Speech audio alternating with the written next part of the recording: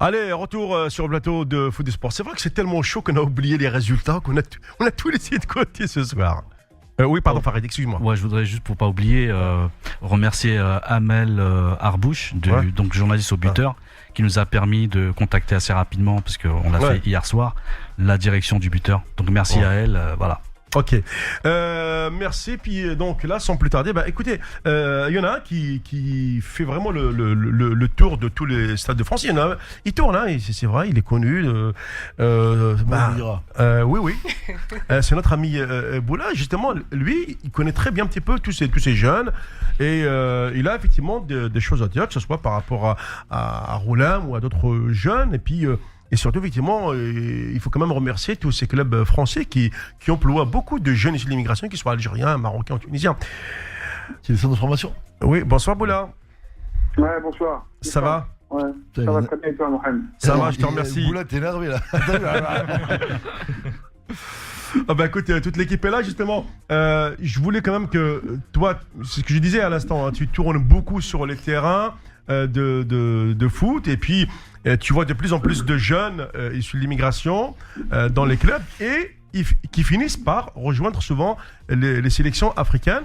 Bon, c'est vrai que ce que je voudrais, c'est avoir un petit peu ton sentiment par rapport aux joueurs, par rapport à leurs éducateurs, mais également sur ce qui se dit ici et là, que tel entraîneur est raciste, etc., ou il n'aime pas les Algériens.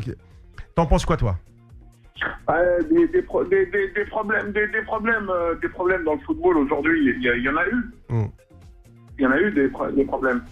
Mais je pense pas que c'est un réel problème au niveau du racisme. Ouais. Parce que quand je vois certains joueurs, surtout à Lyon ou même Boulam, parce que bon, c'est vrai que c'est le sujet, c'est Fawzi Boulam. Ouais. Il a pris une décision, il avait pris une première décision de ne pas venir en équipe nationale. Ça, bon, c'est vrai que les gens l'avaient mal pris. Après, il était revenu un peu sur sa décision au niveau sportif. Ça a été dans l'intérêt de Lyon, ça a été dans l'intérêt de Saint-Etienne. Ouais.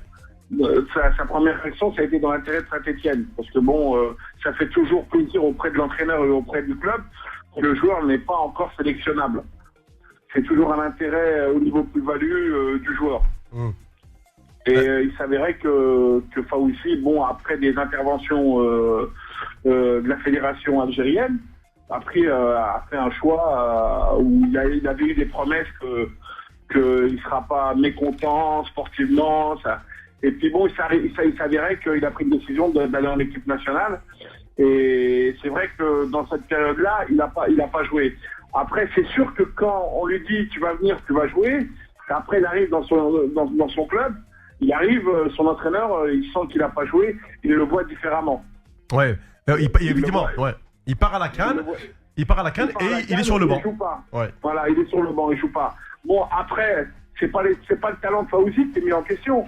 C'est plutôt la gestion que Vaïd a préféré prendre Mesbah, qui a une expérience de la Coupe d'Afrique, qui a une expérience. Je pense que là, dans la discussion avec Fawzi, ils n'ont pas été clairs au départ. Ouais, ils n'ont pas été clairs au départ. Et il s'avérait que malheureusement, on l'a mis dans une situation qui méritait pas d'être dans cette situation-là. Et ça l'a fait jouer par rapport à sa gestion quand il est arrivé à Saint-Etienne. Et là, c'est là que les conflits je pense que c'est plus là que les conflits ont commencé au niveau sportif. Ouais. Bon là, je voulais quand même, c'est vrai que on le sait aujourd'hui, dans la sélection d'Algérie, tout le monde veut venir. Enfin, bon, parce qu'il y a quand même un petit bouquet au bout. Hein, c'est la Coupe du Monde. Il faut pas se voiler la face. Sauf qu'aujourd'hui, sur le poste d'arrière gauche, on se rend bien compte que Roulam, tout le monde le dit, a quand même ce qu'on appelle un profil à la Belhadj. Alors que Mesbah, bon, j'ai vu. Il est un petit peu différent. Je le trouve un petit peu moins percutant que Roulam. Je pense pas que c'est le profil à la Belhadj, parce que Belhadj, on joue à 5 derrière. Et là, on joue en 4-4-2. Ouais. Alors, c'est pas du tout le profil à la Belhadj. Parce que là, le problème du système que Vaïd a mis en place, c'est un système de 4-4-2. Ouais, mais 4-4-2 qui est une aberration, puisque tout le monde sait que l'Algérie n'a pas d'arrière droit. Ouais, mais il n'a pas d'arrière droit, c'est le problème. C'est le problème. Là, ils sont sur le latéral droit de Reims. Aïssa Mandi, ouais. Voilà, Aïssa Mandi. Mais le problème de cette gestion, elle est pas évidente parce que ils ont cassé le groupe pour qualifier l'Algérie en Coupe du Monde. Et là, ils sont en train de reconstruire un groupe. C'est pour ça qu'ils ont été un petit peu dépassés en Coupe d'Afrique. Ils n'ont pas eu le temps de réagir par rapport entre ce qu'ils apportent dans leur championnat et ce qu'ils vont apporter dans l'équipe nationale. C'est différent. Il y a toute une pression en international. Ouais. Mais sauf que là, on le voit quand même, Boula, de plus en plus de joueurs de l'équipe d'Algérie sont remplaçants dans leur club. Hein. Rares sont ceux qui sont titulaires. Si je prends les attaquants, Slimani, Fawzi, comment s'appelle, Issa Belfodil, le seul aujourd'hui qui a du temps de jeu, je l'ai vu, là, c'est Adlan qui a joué une demi-heure déjà contre Manchester United. Il y a aussi Taider qui a joué aussi à l'Inter de Milan. Mais aujourd'hui, nos joueurs pour préparer les barrages de Coupe du Monde ne sont pas encore très très compétitifs. C'est le gros. Je pense que ça va être le gros problème au niveau de la gestion, au niveau de l'intensité des matchs qui vont arriver. Et ça va être le gros problème. C'est vrai que dans l'intensité, nous on avait quand même, quand on s'est qualifié pour la Coupe du Monde, on avait un groupe qui jouait. Oui. Majid y jouait, Antar y jouait, Karim y jouait. C'est vrai. Il y avait pas mal de. Bon, à part Karim qui a eu son problème à Wolfsburg. Ouais. Mais Karim, ça a été un des cadres où il avait apporté un plus dans l'équipe, ou que c'était un gros plus. Ouais. Et aujourd'hui, cette équipe, même si elle recèle beaucoup de talent, eh bien, on le voit, ce qu'on appelle, c'est du talent un petit peu éparpillé, puisque si on additionne le temps de jeu de tous ces joueurs, alors que, on va dire, la valeur Vaïd égale temps de jeu. Aujourd'hui, cette valeur est remise en cause, hein, puisque lui-même ne sait pas comment faire avec cette plaie, quoi, qui concerne le joueur algérien. Vaïd, c'est un bon entraîneur, mais il a un problème au niveau de la psychologie, au niveau du joueur. Je pense qu'il a un problème.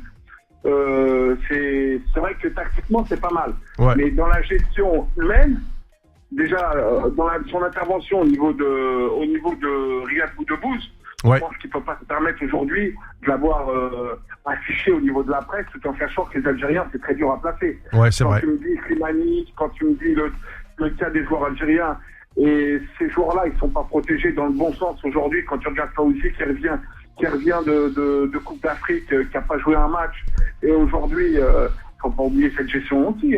Après, t'as les clubs qui regardent leur intérêt aussi. Ils voient que leurs joueurs ils jouent pas, et ils disent mais j'aurais préféré l'avoir avec moi.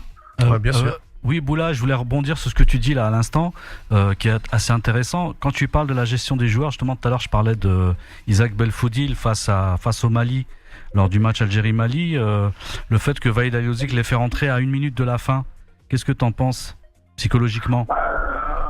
Psychologiquement, le problème de Belfodil, je pense qu'il a voulu lui montrer que t'es arrivé comme un patron et t'es pas le patron.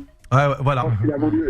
Là, par contre, mais je pense qu'il lui a envoyé un message. Oui, je pense que c'est un petit peu maladroit. Non, c'est clair, mais est-ce que c'est pas dangereux? Est-ce que demain, si Belfodil peut très bien dire, voilà, je claque la porte, je me suis senti humilié. Le problème, c'est que quand je vois Rawawa dans l'article, il fait un article dans le buteur, il se permet de dire ouais, c'est pas normal, on est pas tête de série, c'est pas logique ou quoi que ce soit. Mais c'est pas logique parce qu'à l'arrivée, on n'a pas de logique. Si on avait une logique, on aurait pris les cadres en Coupe d'Afrique, quelques cadres qui ont qualifié l'Algérie, plus ces jeunes-là, les incorporer doucement et les faire grandir et les faire progresser comme on l'a toujours fait depuis 2001-2002. Le problème de ces joueurs-là, je pense que des joueurs comme Majid, des joueurs comme Mesbah, doivent avec leur expérience, doivent les protéger. Je pense, ouais. Boula, oui. Boula, salut. Boula, salut, c'est Nasser. Salut Nasser. Salut. Boula, il y a quand même des choses qui sont très contradictoires aujourd'hui. Hein. Tu sais comme moi que depuis les années 2008, l'Algérie s'est construite avec toi et Rabat, avec pas mal de gens. Vous avez fait un travail monstrueux, vous avez construit une équipe. C'est vrai qu'aujourd'hui, l'Algérie a pu décoller réellement en termes d'image. Maintenant, ce qu'il faut dire quand même aux gens, à tout le monde, c'est que le football pro est très compliqué. Aujourd'hui, la notion d'argent est énorme, voire démentielle. On l'a vu lors du reportage. Là. Il faut dire qu'aujourd'hui, même les joueurs algériens n'y échappent pas. Ça sous-entend aujourd'hui que des joueurs qui deviennent bons, pas obligatoirement très bons, mais bons, sont tout de suite sollicités pour remplir des effectifs très importants, parce que les clubs pro, les grands clubs pro, jouent sur beaucoup de compétitions en même temps. Donc il est clair pour eux que d'avoir un effectif important et de bonne qualité est là. Donc quand les joueurs se retrouvent, c'est surtout ça, Boula, la question, toi qui connais bien un peu le milieu, quand les joueurs sont dans des relations compliquées de choix, c'est-à-dire qu'on les tire d'un côté par leur club, c'est-à-dire que l'objectif du club c'est quand même lui qui paye avant tout, les gens ont oublié ça, mais c'est quand même le club employeur qui lui donne son salaire, qu'on lui tire pour qu'il reste, et qu'on a en face de soi une équipe nationale algérienne qui vient les solliciter quand eux ont réussi. C'est-à-dire qu'on les sollicite à 24, 25, 26 ans, et que le joueur se trouve tiraillé entre les parents et toujours la notion d'honneur et de patrie derrière. Et derrière, il y a une carrière pro en Europe à gérer. On se retrouve devant des situations comme tu parlais de Goulam, qui pour moi est un garçon qui est un vrai produit du football européen, avec un parcours qui normalement aurait dû être de très haut niveau.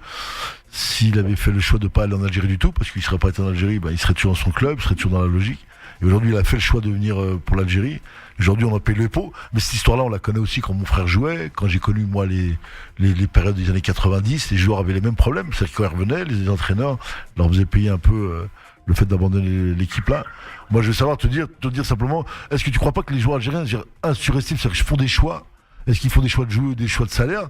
Et après, il y a le choix de l'équipe nationale. Et les trois, voire les quatre mélangés, ça fait un gros problème. À un moment donné, au départ, quand tu vois Isaac qui refuse, il fait des choix au niveau gestion pour qu'il se fasse plus concentrer à son club. Ouais. C'est pas qu'ils veulent pas venir en équipe d'Algérie, c'est qu'à un moment donné, ils sont coincés dans le sens ou dans la valeur marchande. Et après, t'as des joueurs qui tu vas les voir, tu leur dis voilà, venez jouer en équipe d'Algérie. Ils te disent non, ils veulent tous jouer en équipe de France. Mais comme je leur ai toujours dit, on peut pas faire une équipe d'Algériens, de Tunisiens, de Marocains qui va représenter la France. Faut pas se voiler la face. On l'a toujours dit. On l'a vu en Afrique du Sud. Bon, il n'y avait pas d'Algériens dans le quart, mais quoi qu'il arrive, les joueurs ils sont restés dans le quart, ils n'ont pas été vraiment aller s'entraîner pour aller jouer pour leur nation. Et on va retrouver le même problème avec les jeunes qui sont formés ici. Parce que au niveau du drapeau, s'il y a un travail à faire sur 5-6 ans, c'est ce qu'on a fait. Comme tu disais avec le président, c'est ce qu'on a fait. Mais le président, tout ce qu'il a construit depuis 2003-2004, il l'a un petit peu, je veux dire, effacé. Et il a pris ce groupe de jeunes de qualité, mais qui aura peut-être pas la même mentalité que ceux qui ont été en Afrique du Sud. C'est vrai. Il va tomber sur un groupe de qualité, parce que c'est un groupe de jeunes de qualité. Et j'espère qu'il y aura assez de psychologues autour de ce groupe pour le protéger de tout ce qui se passe aujourd'hui dans le milieu, comme on a vu sur Antenne 2, comme on a vu dans la gestion de n'importe quel joueur. Je pense que le travail, il est plus à faire là, dans ce groupe de qualité de jeunes. Et c'est dommage que des joueurs comme Karim ou Miziani ou des joueurs comme Matmour, des joueurs comme ces joueurs-là qui sont un petit peu des joueurs leaders du groupe, je pense qu'ils allaient apporter un plus avec ce groupe. Merci beaucoup. Voilà, écoute, de toute façon, on va garder comme ça le contact régulièrement. On va s'appeler pour effectivement parler de foot, de l'évolution un petit peu de tous ces jeunes. En tous les cas, je sais que en tout cas votre travail, vous l'avez accompli. L'équipe effectivement de 2010, elle a dégagé quelque chose. C'est clair. Nous aussi, on a vécu l'aventure avec elle. On était présents, on les a commentés, on a vibré avec eux jusqu'au bout. Et c'est vrai que c'est une équipe qu'on aime, on l'aimera toujours et pour toujours. Merci Boula. Je te remercie, moi, et remercie aussi Nawed qui a été exceptionnel. Merci Boula. Merci, à bientôt sur l'antenne de Beurre FM. Merci, au revoir. Tu sais, la vraie question à poser, parce qu'après, il faut simplifier les questions. C'est qu'à un moment, dans les parcours des gens, dans les parcours des vies qu'on a actuellement dans ces sociétés-là en Europe, c'est qu'il y a des joueurs comme ça qui sont tirés dans tous les sens, aussi bien par leur culture française et algérienne ou marocaine, tunisienne, à un moment on leur impose des choix. Surtout quand ils sont en réussite, on leur impose des choix. Et les choix de la réussite, à un moment, dans ce haut niveau, il n'y a pas d'état d'âme. Il y a le business is business. C'est-à-dire que le joueur, il peut pas aussi être dans des choix en disant je vais pour l'Algérie parce que j'ai le cœur. En contrepartie, il revient, tu as vu ce qui se passe avec Goulam, il assume des choix énormes. C'est-à-dire qu'aujourd'hui, il se rend compte qu'il est rentré dans une machine qui est inarrêtable.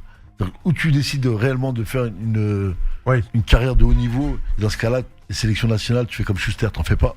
Si tu décides d'en faire une, aujourd'hui, c'est compliqué, avec les pays du Maghreb, et ben tu l'as fait et tu assumes surtout tout ce qui va se passer derrière. Et non pas dire arriver aujourd'hui en disant tu as vu maintenant il y a ça. Non. Ça on le connaît depuis 30 ans, 40 ans.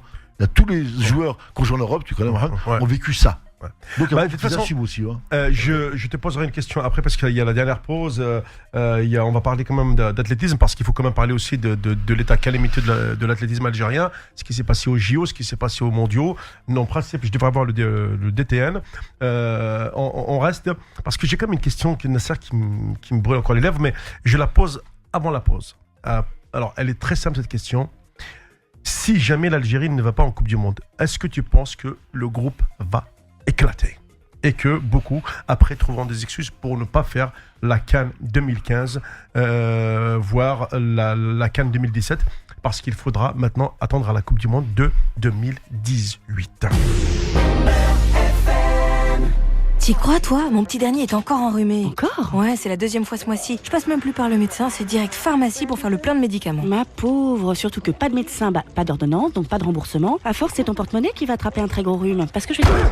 À la GMF, les idées reçues, nous, on les plaque. Si vous achetez des médicaments sans ordonnance, la complémentaire santé GMF vous les rembourse. C'est ça, une bonne assurance.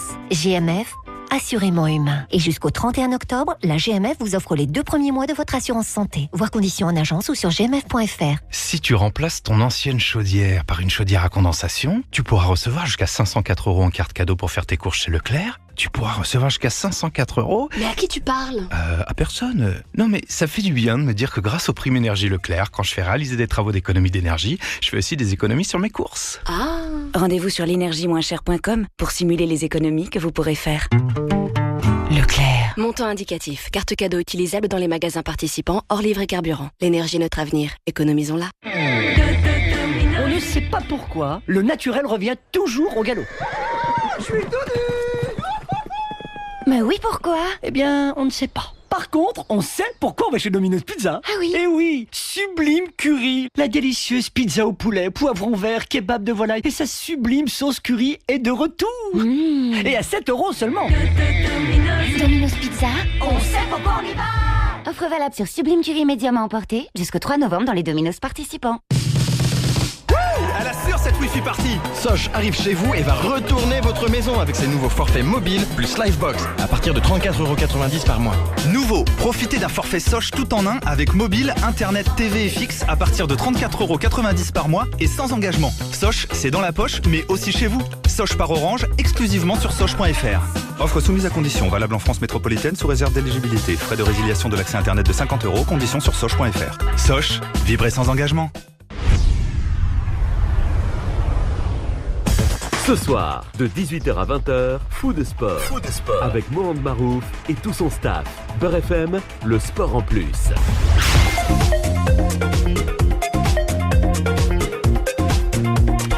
Allez, un petit quart d'heure. Alors, on a du mal à avoir également le responsable de l'athlétisme algérien. C'est un petit peu dommage. C'est vrai que ça sonne peut-être dans le vide. Je ne sais pas. Bon, c'est pas bien méchant puisque j'ai quand même... Alors, revenir vers Nawel parce qu'on avait posé une question. Ouais. Parce que Nawel avait quand même posé une question. C'est vrai que tu avec les soucis du standard, les réactions. Je vais lire quelques réactions, mais j'ai autre chose à dire aussi par rapport à un invité qu'on a eu par téléphone il y a 2 semaines en arrière. Oui, c'était Mohamed Zaoui, le boxeur. Le boxeur. Bah, je vais l'annoncer tout de suite. Oui. Moi, il y a un film qui m'a marqué, qui est passé sur Canal Algérie lundi dernier, concernant l'histoire d'un boxeur. D'accord. Voilà, comme quoi la fédération. Bon, l'histoire de ce film, c'était un boxeur qui se blesse. La fédération, par la force des choses, est partie repêcher un autre boxeur qui était entre parenthèses valide et voilà, loin du ring. Et j'ai cet acteur j'ai été en contact avec la force des choses et qui me disait que dans son entourage, il est champion de culturisme. Et dans il a changé catégorie, il est passé au bodybuilding. Bah oui, culturisme, c'est le bodybuilding. Et il a jamais été boxeur. Hein. Voilà, il était champion de culturisme. Ah oui. Voilà. Et dans son entourage, il avait des boxeurs qui avaient fait, qui avaient été au JO. Au JO, voilà. Jeux Olympiques. Et qui m'expliquait qu'il y avait 2 boxeurs dans son entourage. Il y en avait un qui travaillait dans un hammam. Dans un hammam. Et le deuxième qui avait une table de cigarettes. Il fait le qiyas, le masseur. Je sais pas. Et le deuxième qui avait une table de cigarettes, qui tenait une table avec des cigarettes. À la pièce, c'est ça. Voilà, à Alger. Ouais. Donc voilà, ça m'a vraiment choqué parce que la fédération ne fait rien pour ces boxeurs qui se font. Voilà. Donc voilà. Eh oui. C'est bien de signaler parce qu'on avait parlé de ce problème lié à la boxe. C'est un peu... Et on essaiera d'avoir ces invités. Ouais. Voilà. Mais j'espère parce que là, c'est vraiment un petit peu avec la reprise de cette émission, les gens peut-être ont du mal à... Même quand on les appelle, peut-être qu'ils ont des choses à se reprocher. Ils sont tous en poste, mais c'est incroyable. Hein. Ils sont là depuis 10, 15, 20, 30 ans. Certains sont en train de mourir sur leur siège. Et pourtant, des bilans calamiteux, ils sont toujours là. Le sportif, lui, Mskin, il est devenu SDF. Et lui, il est là en train de toucher la rente. Et l'acteur, c'est Ahmed Benadjal. D'accord. Voilà. C'est bon à retenir, ouais. Ensuite, en ce qui concerne les réactions, on a Souad Chibout. On a beaucoup de féminines ce soir. Hein. Ah bah tiens, ça quel plaisir. De toute façon, j'ai eu en contact que ce soit Laetitia et puis Leila Meflah. Ouais. Je les oublie pas pour le foot féminin. Et je reviens vers elles, parce que la sélection algérienne féminine, elle est où? Voilà. Ouais. Alors, en ce qui concerne les réactions, que doit-on penser? Les règles n'ont pas été respectées, donc sanction. Tant pis pour eux et tant mieux pour les Tunisiens. Ouais. Néanmoins, une qualification par défaut a-t-elle la même saveur que si elle avait été obtenue par le mérite? J'ai un doute, mais cela fait les affaires des Tunisiens et ils s'en contenteront. Mais on retiendra tout simplement que les Tunisiens joueront les barrages à cause d'une erreur de logistique des Capverdiens. Là, les Tunisiens vont devoir démontrer que leur présence au barrage était logique et le prouver sur le terrain. C'est mon humble avis. Ensuite, réaction d'un Tunisien. Moi, je dis que la fédération du Cap-Vert a merdé sur toute la ligne. C'est Mohamed Ali Jabber.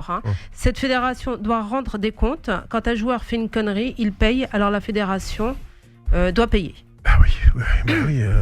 Et voilà, on demande la démission.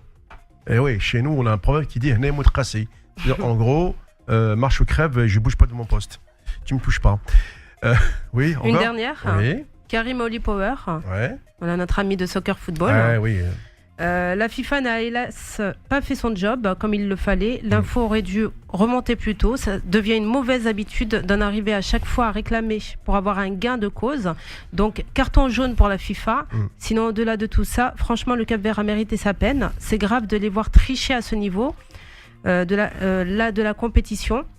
Surtout qu'ils sont eux-mêmes victimes du même scénario que la Guinée équatoriale. Par ailleurs, la Tunisie n'a pas à en être fier et doit vite se racheter devant son peuple.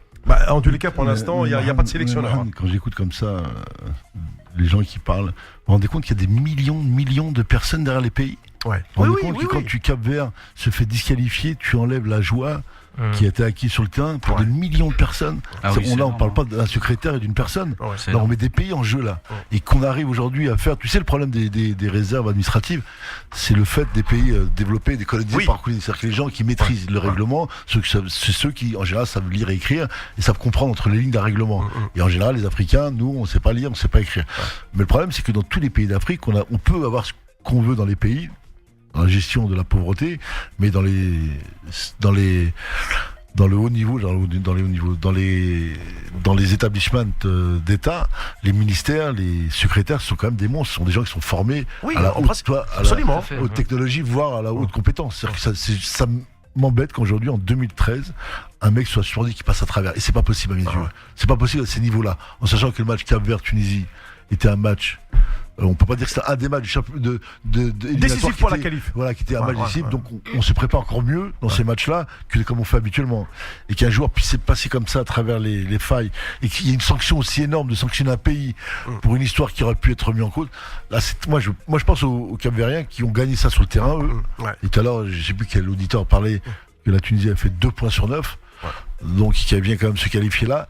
Il y a quelque chose qui on est quand même empreint dans la justice du sport. Mais le pire du coup, Nasser, cette histoire de victoire administrative fait que ça te donne des points supplémentaires. Et donc, dans le classement établi par la FIFA, eh bien, tu rebondis.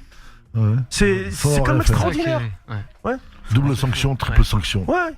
En tout cas, je rejoins Nasser, c'est extrêmement dommage pour le Cap-Vert. Très grave, extrêmement grave. Ce qui est plus grave, tout le monde est grave, c'est grave le Cap-Vert, mais ce qui est plus grave, c'est la FIFA et la CAF qui organisent, elle, en délégation de pouvoir de la FIFA, ces compétitions-là, et qui ne vérifie pas, et qui au contraire entretient le suspense en ne mentionnant pas à tous les pays que, voilà, ces gens-là sont suspendus. Et là, tu as qu'à voir aujourd'hui, et tu vois bien en France, tu as vu l'équipe, le journal de l'équipe, on va te citer, cite à chaque fois les suspendus du championnat de France. Exactement. Il les affiche officiellement. C'est-à-dire qu'ils deviennent, ils couvrent s'il y a un coup derrière.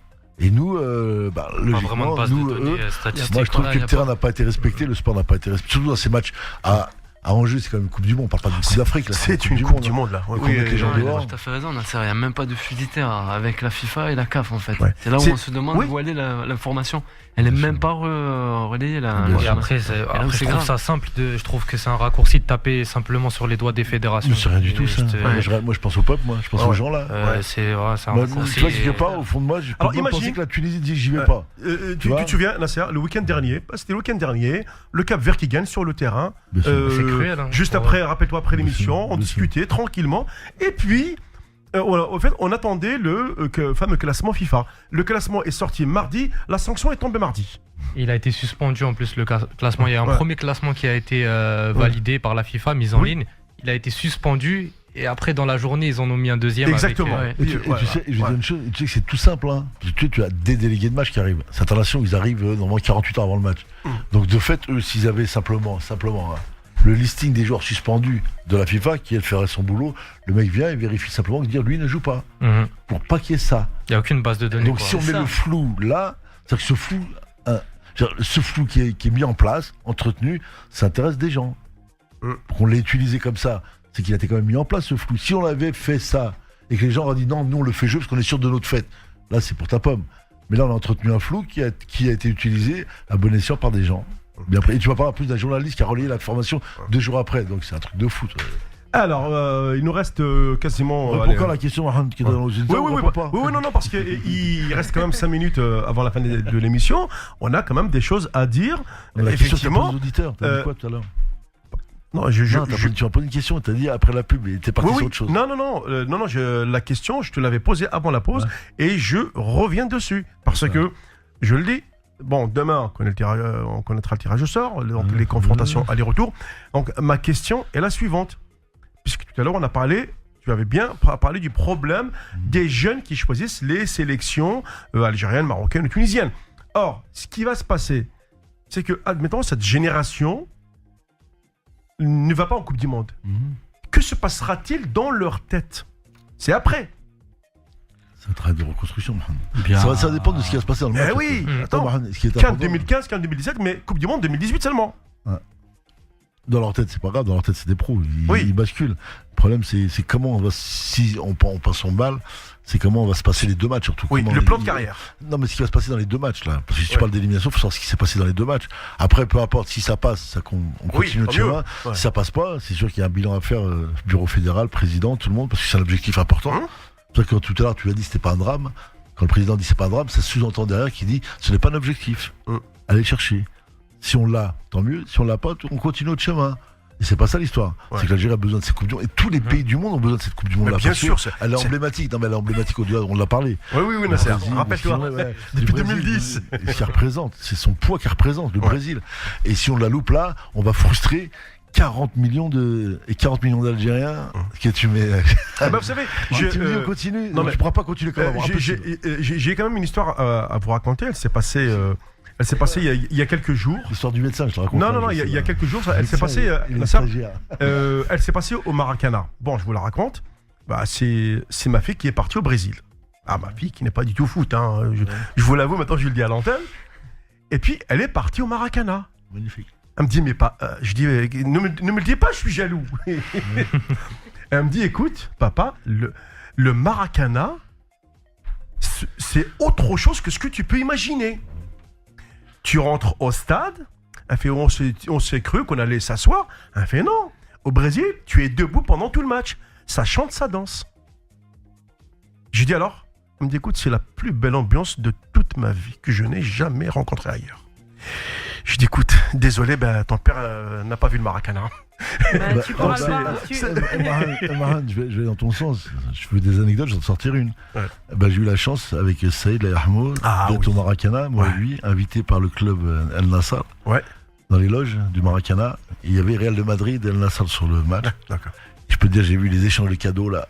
Entre le Real Madrid et El Nassr, il y a des choses qu'on n'a pas vues, qu'on aperçoit. Et je peux te dire que ce stade est mythique quand tu sais qui a joué dessus. Je dis à tout le monde d'aller faire un tour au Brésil, vous allez voir. Mohamed, à défaut, si tu peux pas aller au Brésil, tu iras en Algérie, c'est presque la même ambiance. Tu restes debout et t'as les chants. T'as même le colibet, t'as même un petit poème. Non mais Mohamed, les joueurs de la sélection algérienne, c'est sûr qu'après s'il y a élimination, je ne le souhaite pas bien sûr, mais j'ai envie de dire c'est à eux de se surpasser, c'est à eux de faire le travail. La Coupe du Monde, ils sont à aller, on va dire 2 marches. Il y a un aller-retour, voilà, tout simplement. Il y a mais les 5 équipes veulent faire comme tu dis là. Les 10 veulent faire comme tu dis là. Bien sûr, ils veulent y aller. Rappelons-nous l'auditeur tout à l'heure, Haïdar, qui parlait de l'Égypte, qui méritait plus que, on va dire l'Algérie, d'aller en Coupe du Monde. Faut pas oublier que quand même le groupe qu'il y avait eu à l'époque, Majid Bouguera, tout ça, ils sont quand même surpassés, ils ont ramené la qualification. Donc prenons exemple et pour pas qu'ils le regrettent, voilà. Moi tout à l'heure, quand je donne tout quoi. Tout à l'heure, quand j'ai parlé avec Boula, quand il a parlé de la gestion de Vaïd par rapport aux joueurs, etc., et que c'est pas il y a un problème de psychologie dans le groupe, c'est indiscutable. Donc peut-être qu'il y a aussi une façon de se prendre avec le groupe, et qu'effectivement, si tu appelles un garçon comme Rolem, à la fin tu le mets sur la touche, il revient, t'as le coach qui lui dit mais qu'est-ce que t'as été foutre là-bas, t'étais sur le banc de touche pendant toute cette compétition. C'est vrai que là aussi, cette histoire de Belfodil, l'air de lui dire, écoute, c'est juste pour te montrer que... Mais Mohamed, pour aller encore plus loin, parce que moi j'ai vécu tout ça, je crois que j'écoute, c'est des choses que j'ai connues il y a 10 ans. Bon. À moi, il y a des choix que le sélectionneur fait. Est-ce que je le prends, je le prends pas? Est-ce que je le prends pour le faire jouer ou pour être sur le banc? Moi, si je le prends pour lui dire, viens, tu vas être dans le groupe, tu sais pas si tu vas jouer, tu mets en cause sa carrière de l'autre côté. Parce que l'entraîneur en face, il attend que ça. S'il joue, l'entraîneur t'attend, il dit, t'as fait un bon match et tout. Tu joues pas, tu ouvres la porte de l'autre côté, dire tu vois, t'as ce que t'as fait, donc ça sous-entend que tu t'affaiblis devant moi et tu risques de plus jouer avec moi. Et donc il faut aussi que les deals soient faits, les choix soient faits. C'est vrai que le groupe de 22 soit très judicieux. Eh bien, merci Nasser, vous l'avez remarqué sans doute ce soir, nous n'avons donné aucun résultat de par l'intensité des débats, et puis on aurait même pu parler d'athlétisme, je vous dis, donc malheureusement la liaison n'a pu se faire. Donc on se retrouve dimanche prochain avec une grande priorité sur le tirage du sort, puisqu'on connaîtra les 5 rencontres, et là on ira un petit peu sur les terrains d'Afrique et voir un petit peu la réaction un petit peu de tout le monde. Merci à toutes et à tous d'avoir été avec moi durant cette émission. On se donne rendez-vous dimanche prochain à partir de 18h.